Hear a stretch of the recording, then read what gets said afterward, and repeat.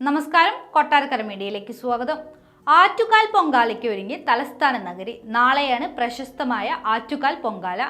ഇന്നലെ വൈകുന്നേരം മുതൽ നഗരത്തിന്റെ പല സ്ഥലങ്ങളിലായി പൊങ്കാല സമർപ്പിക്കാനായി സ്ഥലങ്ങൾ ക്രമീകരിച്ചു കഴിഞ്ഞു. എല്ലാ ഒരുക്കങ്ങളും പൂർത്തിയായതായി നഗരസഭയും പോലീസും അറിയിച്ചു. കനത്ത ചൂടായതിനാൽ കുടിവെള്ള വിതരണത്തിനായി നഗരസഭയും വിവിധ സംഘടനകളും കൂടുതൽ സജ്ജീകരണങ്ങൾ ചെയ്തിട്ടുണ്ട്. ഇന്ന് ഉച്ച മുതൽ നാളെ രാത്രി 8 മണി വരെ തലസ്ഥാനത്ത് ഗതാഗത നിയന്ത്രണമുണ്ട്. ചരക്കുവാഹനങ്ങൾ ഉൾപ്പെടെ വലിയ വണ്ടികളെ നഗരത്തിലേക്ക് പ്രവേശിപ്പിക്കില്ല. ക്ഷേത്രത്തിലേക്കുള്ള റോഡിന്റെ ഇരുവശങ്ങളിലായി പാർക്കിംഗും നിരോധിച്ചിട്ടുണ്ട്. KSRTCയും റെയിൽവേയും പ്രത്യേക സർവീസ് നടത്തും. തിളയ്ക്കുന്ന വേനൽ ചൂട് വകവയ്ക്കാതെ പൊങ്കാല തിരക്കിലാണ് ആറ്റുകാൽ ക്ഷേത്ര പരിസരം.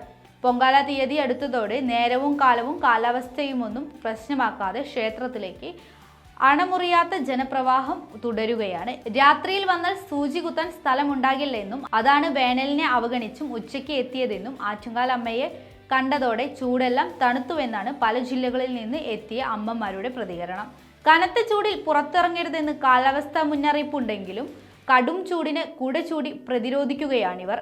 ഇടയ്ക്കിത്തിരി തണൽ കായുന്നവരുമുണ്ട്. കലാപരിപാടികൾക്ക് മുന്നിൽ തുടങ്ങി കച്ചവട സ്ഥാപനങ്ങളിൽ വരെ തിരക്കോട് തിരക്കാണ്. ഭക്തി ആൾത്തിരക്കും ആഘോഷവുമാകുന്ന കാഴ്ചയാണ് ക്ഷേത്ര പരിസരത്ത് എങ്ങും. അതിരുകളും വേർതിരിവുകളും ഇല്ലാതെ ആറ്റുകാൽ പരിസരം പെൺപട കൈയടക്കി കഴിഞ്ഞു. അവരെല്ലാം പൊങ്കാലയെടുപ്പിൽ തീ പടരുന്നതും കാത്തിരിപ്പാണ്. ഇതിനിടെ ചോറ്റാനിക്കര ക്ഷേത്രത്തിലെ പ്രശസ്തമായ മകം തൊഴൽ ഇന്ന് നടക്കും. ഇന്ന് ഉച്ചയ്ക്ക് 2 മണി മുതൽ രാത്രി 10:30 വരെയാണ് ക്ഷേത്രത്തിൽ ദർശനം.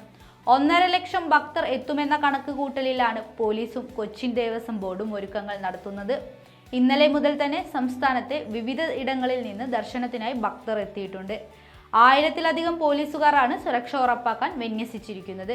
ഗ്രീൻ പ്രോട്ടോകോൾ പാലിച്ചാകും ഇത്തവണ മകം തൊഴൽ.